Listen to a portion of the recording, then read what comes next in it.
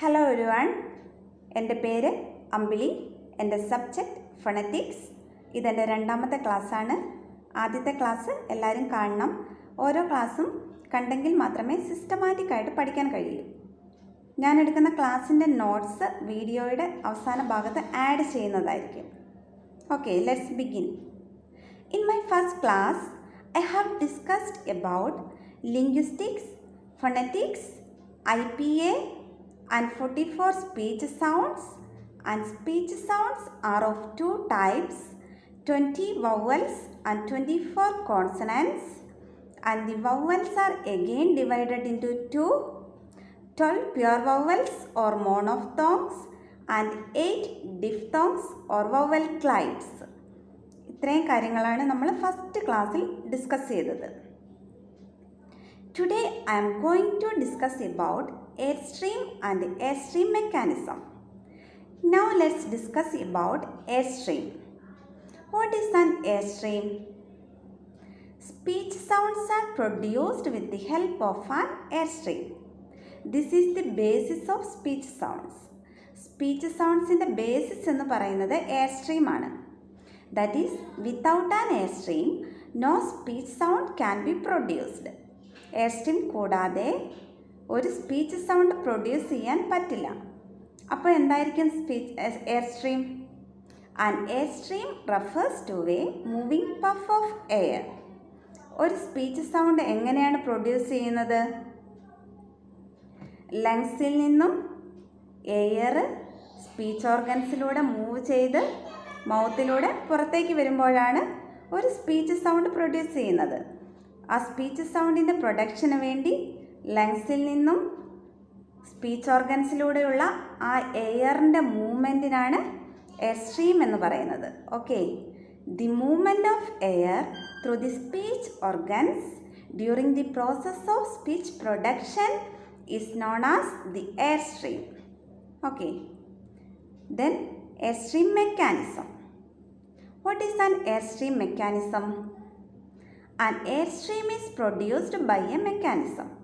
The mechanism which produces airstream for speech sounds is known as airstream mechanism. Okay, I have already told you the air we breathe out is modified into speech sounds. നമ്മൾ പുറത്തേക്ക് വിടുന്ന air ആണ് speech sound ആയിട്ട് modify ചെയ്യുന്നത്. അങ്ങനെ speech സൗണ്ടിൻ്റെ പ്രൊഡക്ഷന് വേണ്ടി ലങ്സിൽ നിന്നും എയർ സ്പീച്ച് ഓർഗൻസിലൂടെ മൂവ് ചെയ്യുന്ന സമയത്ത് നമ്മുടെ വോക്കൽ ട്രാക്റ്റിൽ ഉണ്ടാകുന്ന ആ ഒരു ലെവൽ ഓഫ് എനർജി അല്ലെങ്കിൽ ഒരു സോഴ്സ് ഓഫ് എനർജി അവിടെ ഫോം ചെയ്യും. ആ ഒരു മെക്കാനിസത്തിനാണ് എയർസ്ട്രീം മെക്കാനിസം എന്ന് പറയുന്നത്. ഓക്കെ, മനസ്സിലായില്ലേ? There are three types of airstream mechanisms. First one, pulmonic airstream mechanism. Second, glottalic airstream mechanism. And third, velaric airstream mechanism. Now let's discuss about pulmonic airstream mechanism.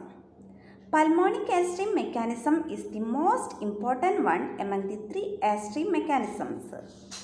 ഈ 3 എയർസ്ട്രീം മെക്കാനിസത്തിലും ഏറ്റവും important ആയിട്ടുള്ളത് pulmonic എയർസ്ട്രീം mechanism ആണ്. അതിൻ്റെ reason എന്താണെന്ന് നമുക്ക് ഇപ്പോൾ തന്നെ പഠിക്കാം.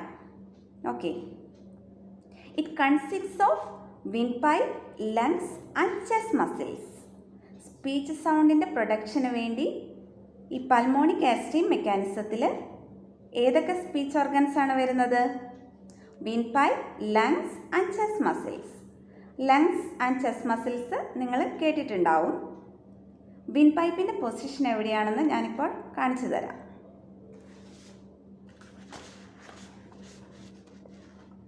ഈ പിക്ചറിൽ നിങ്ങൾക്ക് കാണാൻ പറ്റും. ഇവിടെ 2 പൈപ്പുകൾ കാണാം. ഒന്ന് നമ്മുടെ ആമാശയത്തിൽ നിന്നുള്ള ഫുഡ് പൈപ്പ്, ഒന്ന് ലങ്സിൽ നിന്നുള്ള വിൻഡ് പൈപ്പ്. അപ്പോൾ വിൻഡ് പൈപ്പിൻ്റെ പൊസിഷൻ ഇതാണ്. ഓക്കെ,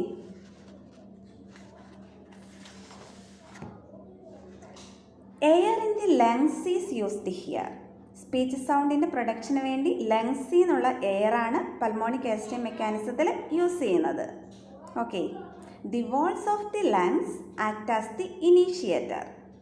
ഇനീഷ്യേറ്ററായിട്ട് പ്രവർത്തിക്കുന്നത് വാൾസ് ഓഫ് ദി ലങ്സ് ആണ്. ഓക്കെ, ഒരു ഇനീഷ്യേറ്റർ എന്ന് പറഞ്ഞാൽ എന്താണ്? ഒരു പ്രവൃത്തി തുടങ്ങുന്ന ആൾക്കാണ് ഇനീഷ്യേറ്റർ എന്ന് പറയുന്നത്. ഒരു സ്പീച്ച് സൗണ്ടിൻ്റെ പ്രൊഡക്ഷനിലും അങ്ങനെ തന്നെയാണ്. ഏത് സ്പീച്ച് ഓർഗനാണോ ഒരു പ്രവൃത്തി സ്റ്റാർട്ട് ചെയ്യുന്നത്, ആ സ്പീച്ച് ഓർഗനാണ് ഇനീഷ്യേറ്ററായിട്ട് പ്രവർത്തിക്കുന്നത്. Okay, the organ in an air stream mechanism that begins the action is called an initiator. Here the walls of the lungs act as the initiator. Okay, pulmonic airstream mechanism is used in two ways.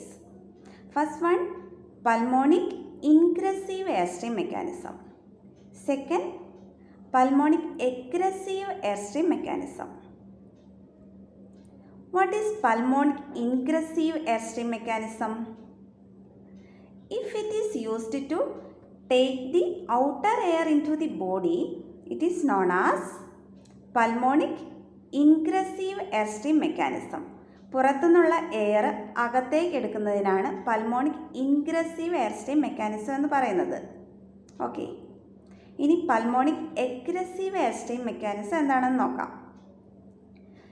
If it is used to push the lung air into the outer atmosphere, it is known as pulmonic egressive airstream mechanism.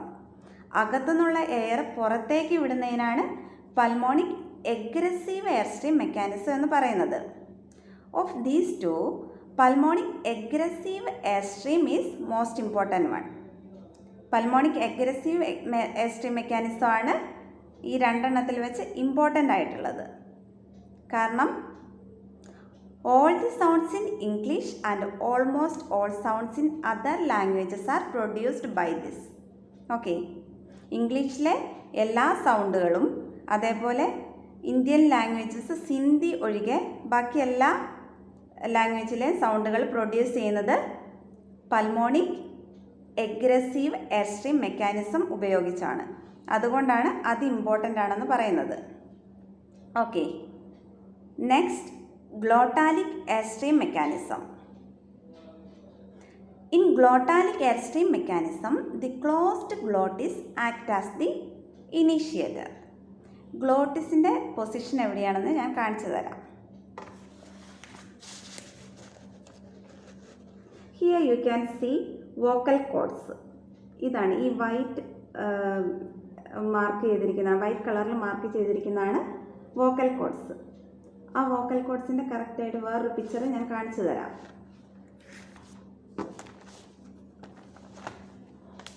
ഇതാണ് നമ്മുടെ vocal കോഡ്സിൻ്റെ shape. Vocal കോഡ്സിൻ്റെ shape ഒരു lip like സ്ട്രക്ചറാണ്. Okay, 2 vocal cords ഉണ്ട്. അപ്പോൾ ആ 2 vocal കോഡ്സിൻ്റെ ഇടയിലുള്ള ഒരു സ്പേസ് ഉണ്ട്. ആ സ്പേസിനാണ് ഗ്ലോട്ടിസ് എന്ന് പറയുന്നത്. ഓക്കെ, മനസ്സിലായില്ലേ? Air in the pharynx is used here. ഫാറിങ്സിൽ നിന്നുള്ള എയറാണ് സ്പീച്ച് സൗണ്ടിൻ്റെ പ്രൊഡക്ഷന് വേണ്ടി ഗ്ലോട്ടാലിക് എയർസ്ട്രീം മെക്കാനിസത്തിൽ യൂസ് ചെയ്യുന്നത്. ഫാറിങ്സിൻ്റെ പൊസിഷനും കൂടെ കാണിച്ചു തരാം. ഇവിടെയാണ് ഫാറിങ്സ്. ഫാറിങ്സ് എന്ന് മാർക്ക് ചെയ്തിട്ടുണ്ട്. ഇതാണ് ഫാറിങ്സ്. ഇവിടെ നിന്നുള്ള എയറാണ് സ്പീച്ച് സൗണ്ടിൻ്റെ പ്രൊഡക്ഷനായിട്ട് മൗത്തിലൂടെ വരുന്നത്. ഓക്കെ, പൾമോണിക് എയർസ്ട്രീം മെക്കാനിസത്തിൽ നമ്മൾ ഇവിടെ നിന്നുള്ള എയറാണ് ഇങ്ങനെ വന്ന് മൗത്തിലൂടെ വരുന്നത്. Okay, then last, velaric airstream mechanism. In velaric airstream mechanism, the back part of the tongue act as the initiator.